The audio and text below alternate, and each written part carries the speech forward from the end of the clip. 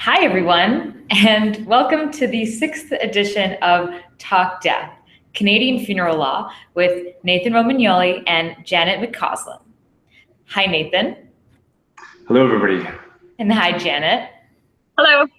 So moving on, Nicola Finch on Facebook asked, and this is similar to a question we spoke about, so maybe it'll just be a quick response.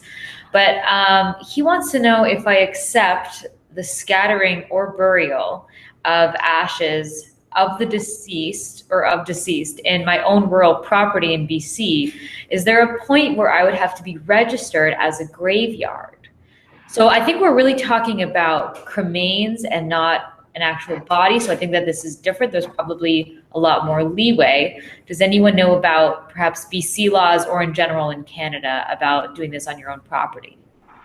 I think you can scatter ashes. What I know about ashes is if it's on Crown land, you can do it on Crown land, which also includes lakes and things like that. But they also ask, like, a lot of people, like, the remains can come in a bag or with a tag or something, and a lot of people sort of like leave that behind as garbage sort of by accident. So that would just be a little warning. And if you do it on private property, it's really, you just need to get the permission of the landowner.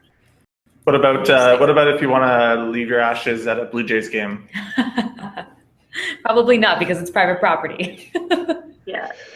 But that's really good to know, because I think, do you remember in the States if you were allowed to scatter on your own property? I think your own property was okay in the States. There was a lot of don't ask, don't tell. Yeah, that's really what it was, especially if it's like, on a beach or something.